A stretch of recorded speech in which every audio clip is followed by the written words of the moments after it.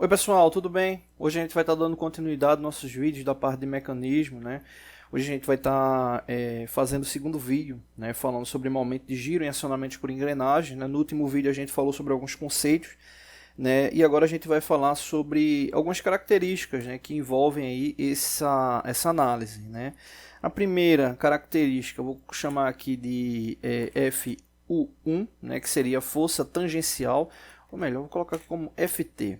Força tangencial, né? Força tangencial.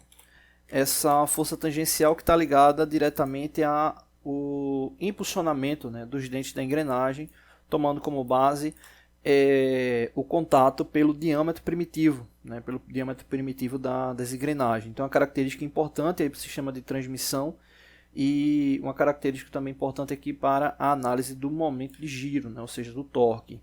Outra característica também importante, né, nessa análise, obviamente, é o torque, né, o momento de giro. Vou chamar aqui de T. Torque. Outra característica também importante, o diâmetro primitivo, como a gente já falou.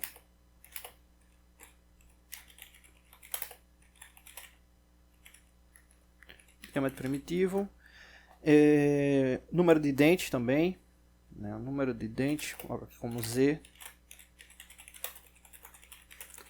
Número de dente, rotação, né? Vou chamar aqui de N, rotação, e um detalhe importantíssimo, né?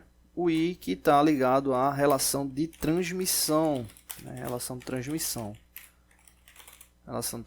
Então, essas características, né, ligadas ao sistema de engrenamento, né, faz com que a gente tenha uma série de análises, né? E uma das principais está justamente ligada aqui ao torque e também à força tangencial. A força tangencial, né, ela tem uma característica bem interessante que é a relação de potência para o sistema, né? É muito comum a gente fazer uma análise referente à potência, né? Exemplo, saber uma determinada potência, né, para que venha atingir uma determinada força tangencial, ou seja, aquela força tangencial, né, é a força que vai ter aplicação dinâmica, né, para uma determinada ação do sistema de engrenagem.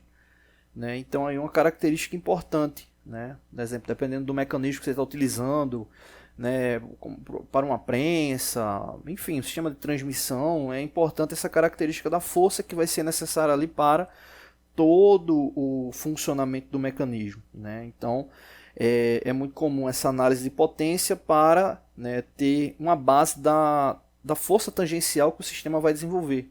Né? Então, é uma característica importante. Bom, cada uma dessas características, né, tem ali a sua relação, tem sua fórmula ali para poder calcular, né, mas falar aqui inicialmente sobre a relação de transmissão, né, relação de transmissão que causa muita dúvida, né, nos sistemas de engrenagem, né, nos sistemas de engrenamento.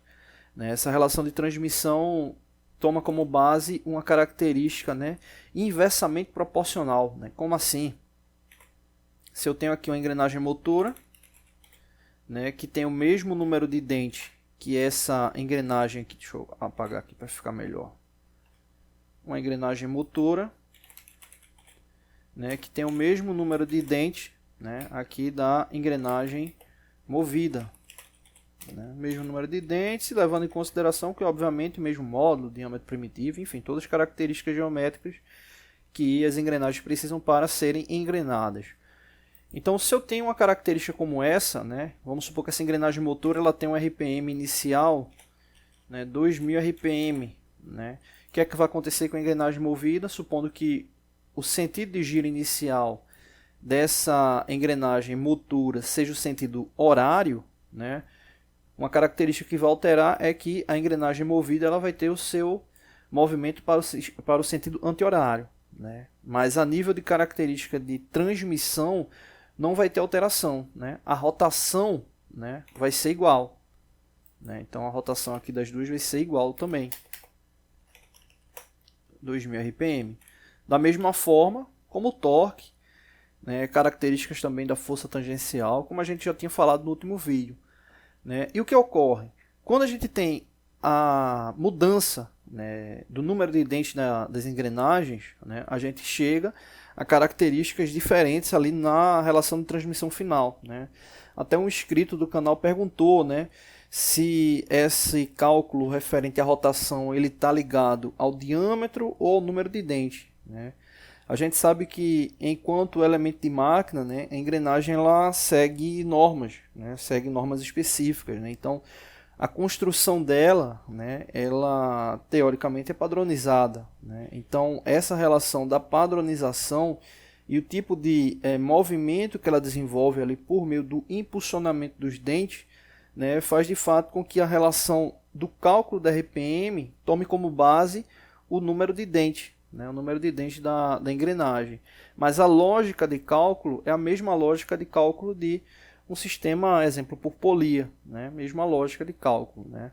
Em um próximo vídeo a gente fala mais especificamente sobre isso, né, sobre essa característica, né, já que esse a gente está focando mais aí na parte do momento de giro. Mas aí, por que a gente está falando da relação de transmissão? Porque a relação de transmissão ela tem um forte valor, né, para o cálculo do torque, né? Então, quando a gente tem engrenagens iguais, né, a gente vai ter aí rotações iguais, características de força também igual, que vai mudar ali a sentido de giro. Se a gente tem uma engrenagem com menor número de dentes, exemplo, vamos mudar aqui a tela aqui. Vamos supor que a gente tem aqui uma engrenagem com 100 dentes, vou colocar aqui Z100, e ela está engrenada em uma engrenagem com Z50, ou seja, 50 dentes. E a rotação de entrada dessa Z100, que é a motora, vamos colocar aqui motora, vamos colocar 2000 RPM. 2000 RPM. O que é que vai acontecer com essa engrenagem menor, com 50 dentes? Quando essa engrenagem Z100, né, ela completar a transmissão dela em 1/4 de volta, né, ou melhor, né, meia volta, né, vamos supor que ela saia desse ponto tangencial, ela fez esse deslocamento, né, de 180 graus. Quando ela deslocar os 180 graus, ela já vai ter deslocado a quantidade de dentes total que essa Z50 tem, né?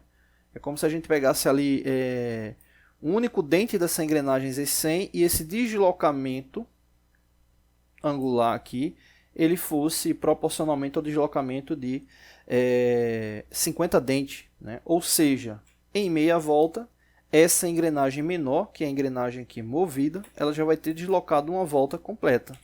Então, em meia volta da engrenagem movida, ou em meia volta da engrenagem motora, a gente já vai ter uma volta na engrenagem movida. Ou seja, se a gente tiver uma volta completa na engrenagem motora, significa que a engrenagem movida ela vai ter dado 2 voltas, né? Ou seja, é uma relação de multiplicação, né, de rotação de 1/2, né? A cada um giro da engrenagem motora, a gente tem 2 giros na engrenagem movida, né? Se a gente fosse levar essa relação aí para uma relação de transmissão, ela teria uma relação de transmissão de 0,5, né? Ou seja, de meio, né? Também, né, o contrário é válido. Se eu tenho uma engrenagem motora com um número de dentes menor e ela está transmitindo movimento para a engrenagem movida, né, a engrenagem movida com o maior número de dentes, a gente vai ter aí, nesse caso aí, um sistema de redução, né? Ou seja, ela vai ter uma redução, né? Que nesse caso aí ficaria uma redução de 2/1. Ou seja, a cada 2 giros na engrenagem motora, a gente teria um giro na engrenagem movida. Então, nesse caso aí, seria uma relação de transmissão de 2.